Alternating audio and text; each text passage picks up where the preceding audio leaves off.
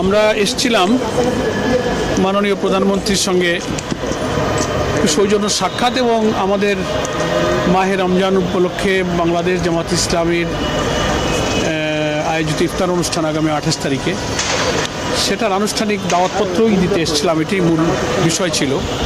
আমাদের সঙ্গে আমাদের অ্যাসিস্ট্যান্ট সেক্রেটারি জেনারেল মৌলানা আব্দুল হালিম সাহেব ছিলেন।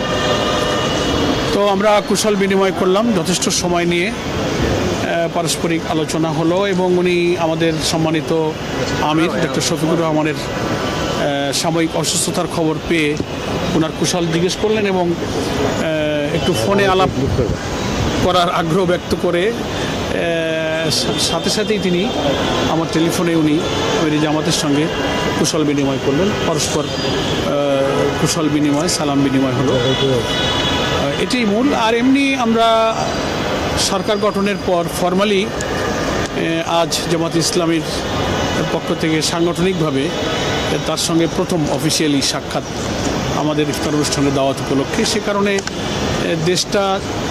দেশের মানুষের প্রত্যাশা অনুযায়ী যেন শান্তিপূর্ণভাবে পরিচালিত হতে পারে, সেক্ষেত্রে উনিও সরকারের আকাঙ্ক্ষার কথা, ইচ্ছার কথা, প্রচেষ্টার কথা তুলে ধরলেন এবং নতুন দায়িত্ব পালন করতে গিয়ে উনি যে পরিবেশের সাথে পরিচিত হচ্ছেন সেটা নিয়েও কিছুটা ওনার মত বিনিময় করলেন এবং আমাদের সকলের সহযোগিতা উনি কামনা করলেন যে আমরা সবাই মিলে দেশের প্রিভিয়াস যে সমস্ত ব্যাড প্র্যাকটিসগুলো যেন আর না থাকে, সরকারি দল এবং বিরোধী দলের সমন্বয়, সংহতি এবং রাজনীতিতে সকল বিতর্ক জায়গা যেন পার্লামেন্ট হয়। পার্লামেন্টারি ডেমোক্রেসির সিস্টেমে সব বিতর্কের জায়গা পার্লামেন্ট, এটা আমরাও বলেছি।